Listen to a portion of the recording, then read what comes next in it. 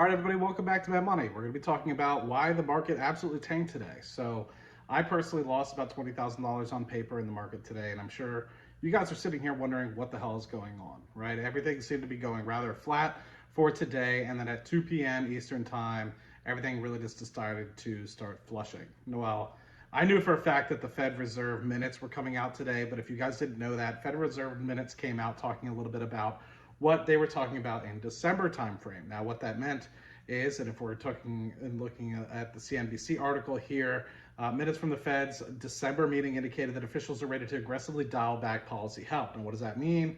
That basically talks about the central bank's balance sheet and the extended discussion with policymakers to reduce the amount of bond holdings or treasury bonds that they have in the coming months.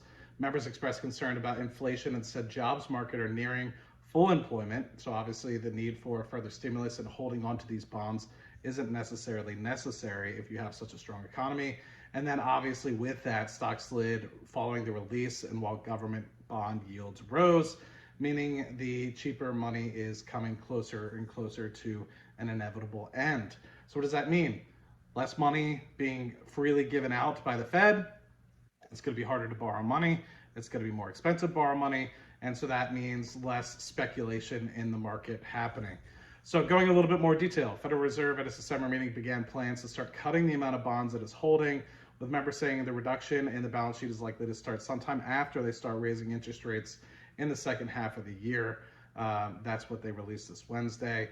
Officials did not determine any determination that the Fed will start rolling nearly 8.3 trillion. I'll show you guys the graph in just a second of treasuries and mortgage-backed securities in its holdings. Statements out of the meeting indicated a process to begin in 2022. My anticipation, second half of 2022. All participants agreed that it would be appropriate to initiate balance sheet runoff at some point with the first increase in the target range for the Federal Reserve's funds rate. Market expectations currently are for the Fed to start raising its benchmark interest rate in March. So the first interest rate being raised in March, which is sooner than I thought. I would anticipate that it'd be closer towards the middle of the year, if not the second half of the year. So the appropriate pace for the balance sheet runoff would likely be faster than it was in the previous time with it in 2017. So a lot of gobbledygook within there. Let's actually just hop into the actual total assets that have been held by the Federal Reserve. You can kind of look here. We're looking at the early 2000s to now, and you can kind of see two distinct sort of humps, or maybe more like three distinct humps that you can kind of have here. So this is pre-financial crisis, 2003 to 2004, where the balance sheet is rather slim. It's holding less than $1 trillion worth of assets.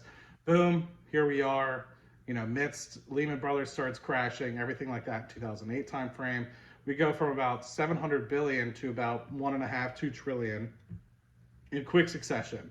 So this is the midst of the Great Recession here, and you can see that we start to enter more and more quantitative easing throughout everything. The second half of 2017, they started to roll off some of the balance sheet assets. You can see that we go from about 4.5 trillion after QE4 here in 2017, rolling it off towards where we got to in September of 2019.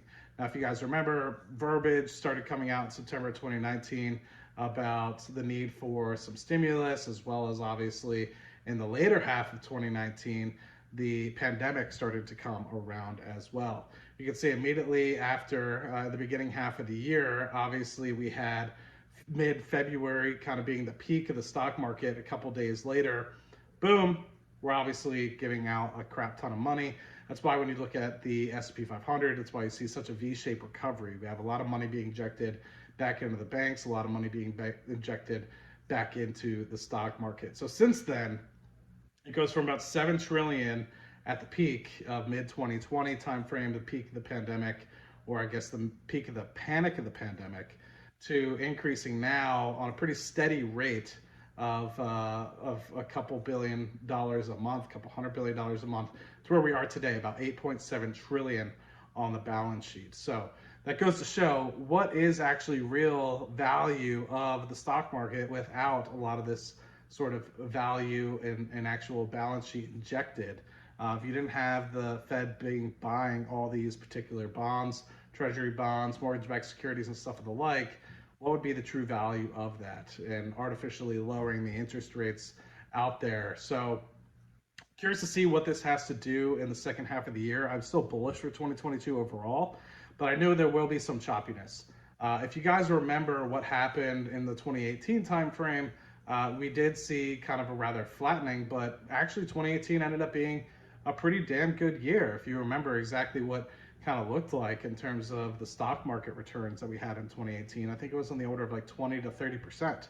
So a lot of times when we do some quantitative easing, sorry, not quantitative easing, some tapering as well as raising interest rates, it's generally bullish for the market. It means the economy's in good state.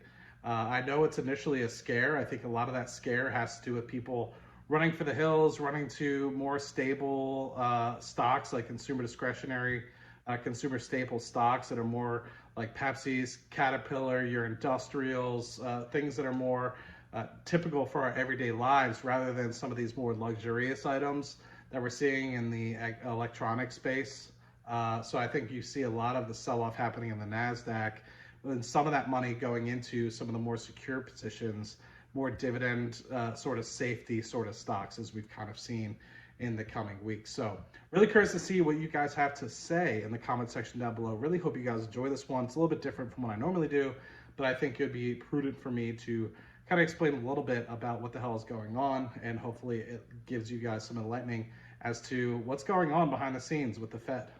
Some interesting stuff like who actually owns the Fed and all the banks and stuff like that. So hope you guys enjoyed this one. Let me know if you do. I'll see you guys in the next video. Cheers.